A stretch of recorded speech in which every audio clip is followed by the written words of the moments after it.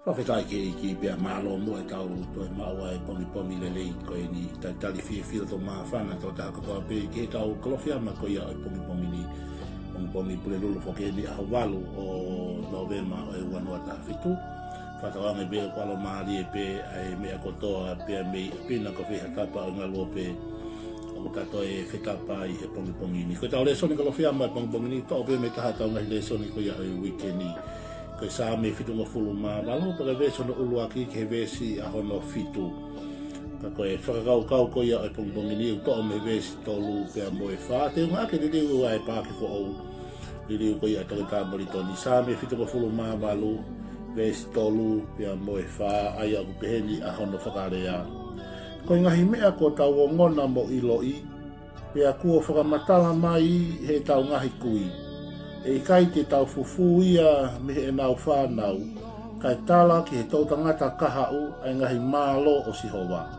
Mo hono fuu iwi, mo ngahi ngā au e whakaofo kua ne whia. Ko e kaweinga tau kalowhiama e pongi au peheni, tala ki ho whanau ai ngā au e whakaofo ai otua. Tala ki ho whanau ai ngau e whakaofo ai otua. Ko sa me maari e sa me koeni, sa me tāpua ki sa me whakatolahi, e sa me fitongo fulu mamalo, ka pau te toki lau kotoa e sa me. Ko sa me koeni koe whatu ia he tangata ko āsafi, koe taha ia kau punake, e roto tempane ko ia o Solomone. Taka tangata iloa au pito āsafi, mohono whamiri, mohono hako, koe kau tangata hiwa, koe kau tangata punake, koe kau tangata whaihiwa ia he loto tempare e kāinga. Pea koe ne uki, pea moene talanoa i he sāme koe ni whilau pehe koe punake. Ai ne whakaamu ke whau, ke hanga he kau punake o whatu e ngai hiwa, mai ngai whau. O talanoa ki he otua e ne whakaofo, mai ngai mea o kune malawa. Hange e pe koe kau punake o e ahoni e nau whatu hawhahinga mea. Whatu hawhahinga taanga, uhinga koha wā o hatalawou maha whine mui una whi ofa aki. Koe whao koe uhi koe whahinga kātoanga. Pe hangarewa e āsafi o uki mai he sāme koe ni ke kau punake o Israeli. Ei, mou whatu hangahi taanga talanoa ki he whakaofo ko ia o otua.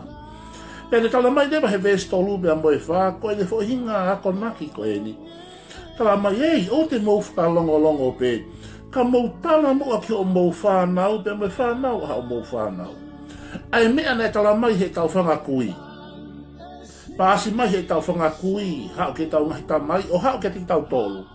Ka ko ki tau tolu, o te tau whakalongolongo pe, ka tau hanga mua o paasi atu ai ngahi tala noa mana, tala noa whakaofo o tua ki he tau whanau. Pe hanga rema he tau whanau, o paasi a ki he nau whanau. Ai a koe tala noa o e whakaofo, koe tala noa o e mana, koe tala noa o e ngāue ai o tua e kāinga. Kainga aku mahu inga au pito ke tau tala noa ia ki he tau whanau. Mana tui ko Israeli, koe ngahi mana na mea na whakaofo i he whanonga koe Israeli bea mi isi pite ki he whanonga koe e tala o wha. Koe tau tangata pe ia koe ia na nau sio ai, sio he mana, mea koe na e whahe o tua isi pite. Koe tau tangata pe koe ia na nau mamata koe ia ki he mawaiwa koe e tahi kurukula. Koe tau tangata pe ia aho koe ia na nau mamata he mana koe ia he vaitafe soatani.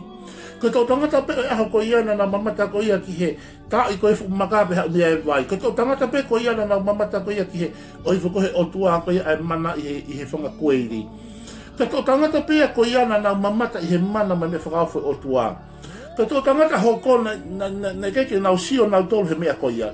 Koe mea lewa koe na hoko, koe hanga he tau tangata uluaki o paasi a information koe ia. Ai tala noa o e mana mai mea whakaafo. Mo mana tu e kolosi koe a Israeli koe he bai tawe soatani. Pe tala heo tua ka seo siwa ke toa fo i maka he ngofulu maua me he bai tawe soatani o alu pia moe ki apitanga. Pe aluhara humbo whanau o nau eke koe hae maka. Pe nau whakamatala ka te nau tolu koe maka na toa mai me soatani. I he mana ai o tua whakamawaiwa soatani o mua pe nau kolosi. Oh, hale, tatau ia mo sāme koe ni fitungo fulu māwalu, tolu pia moe whaa.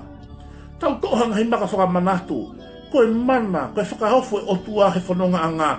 Pia ke tala ia ki ho o whanau e kāinga. Tala noa ka te inau toke nau sio he whakaofo. He mana mwere rei lahi me whakaofo ofa e otua e kāinga. He koe mana koe na ke sio mata koe ai. Na ke ilo i ho whanau. Aka tainu ke tala noa i kona e kāinga. Oku mahu inga ke tau tala noa ia ke tau whanau. Kaka ki mua koe ke tala noa ki ho whanau.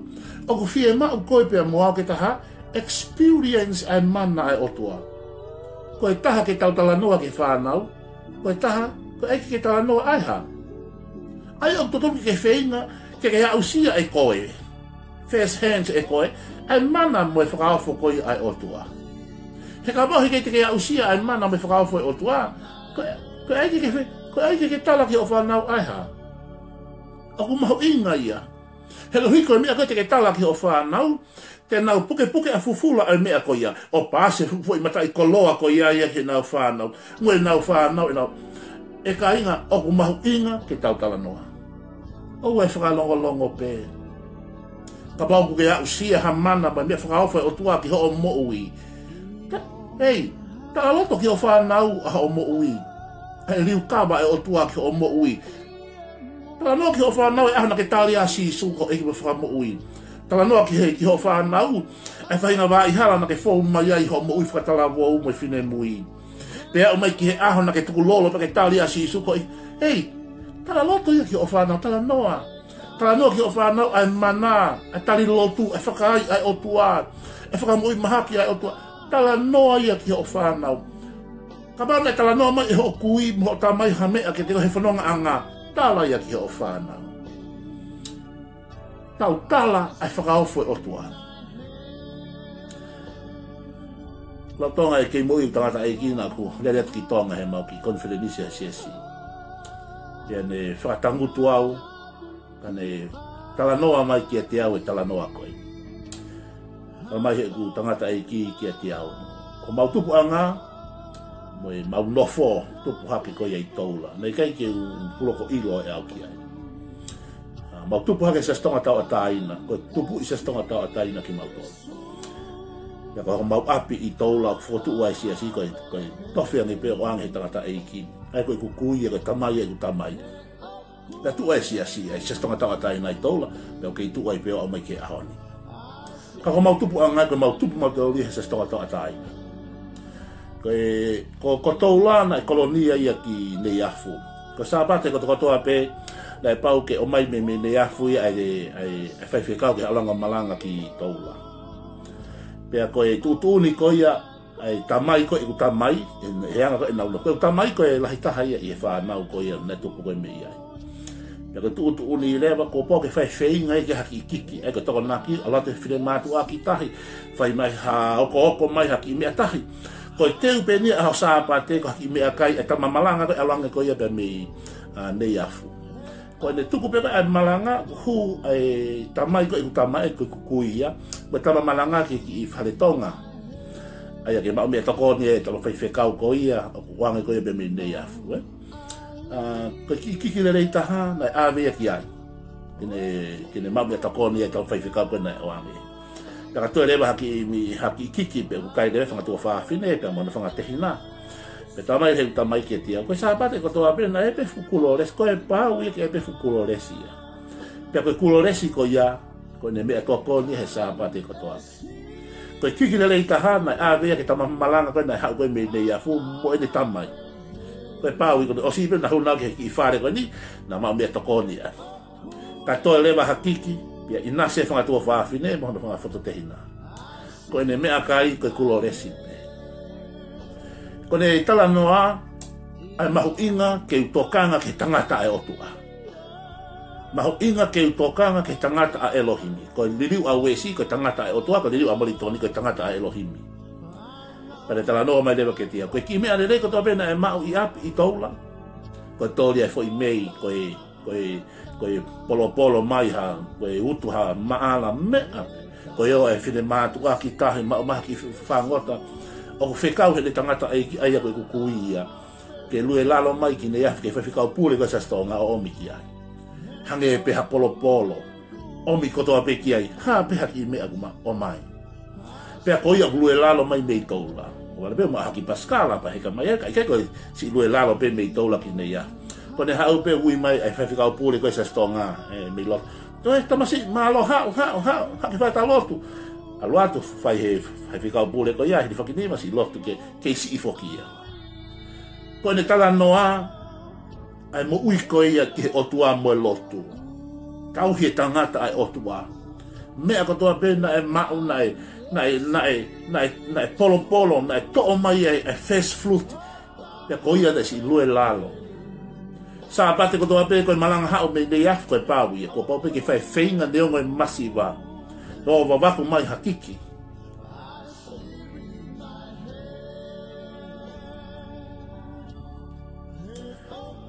Ko tanga sai ha me de afu. Ko tanga sai atua. Ke loto ke hamo e haka. Sai bega pona e hamo ko mantolo pe. Pe tangata Elohimi. Pe tangata mahu inga ia. Koe anga e mau tupu hake i toula. Moe anga e tauhi ai lotu. Moe mea na sio ke ai mātua he ane afi. Me tangata e kina amake o Palestini sa skolistu tone tātena taonga he tau wafe. Ene fola to leva ki baba o ke mo ene fae as malalo ene tamai. So na fe loaki me na fa me ne fae i toula he wafe.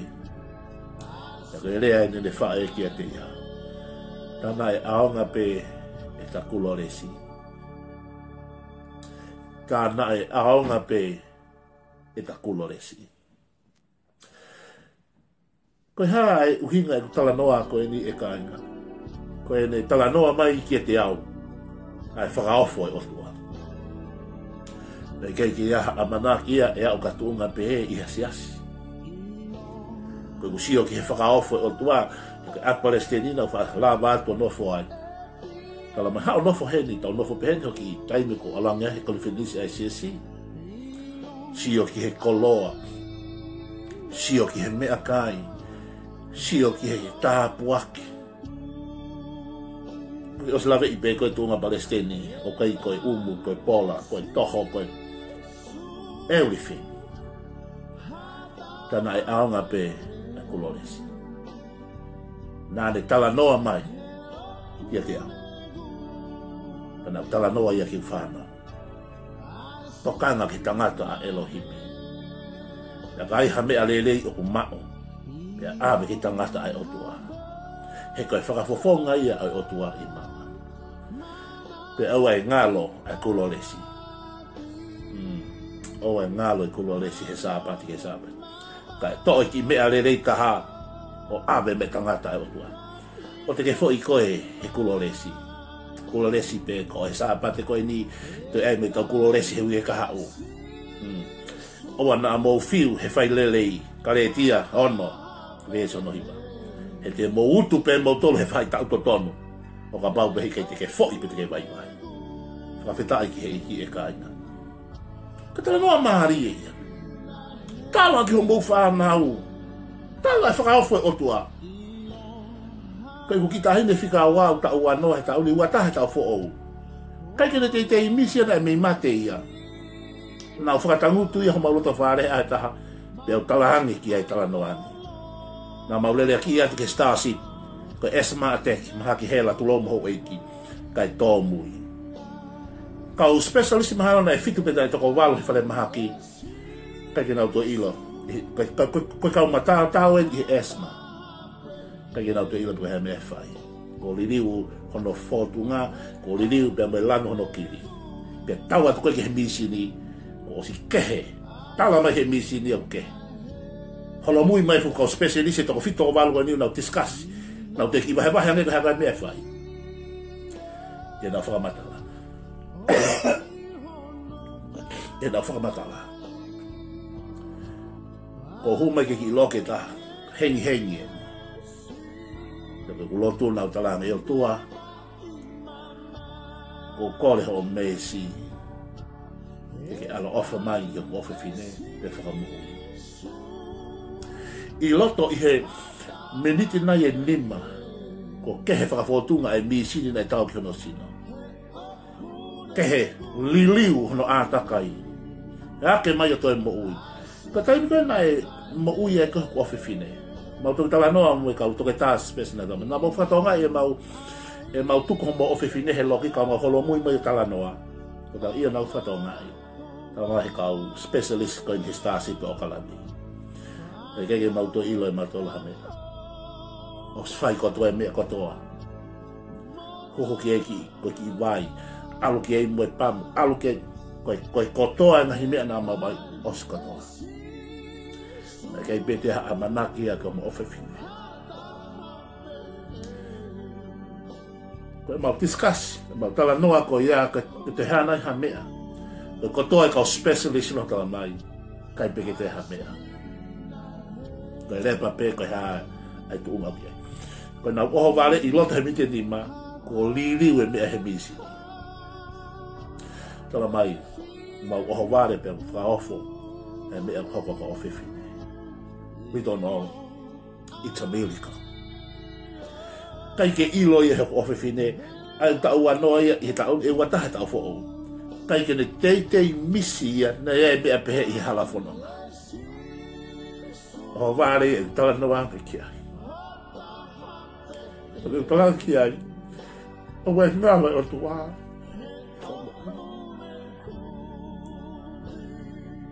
Ko ha me te ke fo we fo no nga. O tala ke te koe. O we ngalo o tua.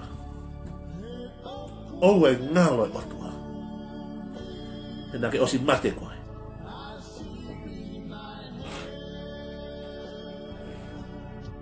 Na ke o si mate koe.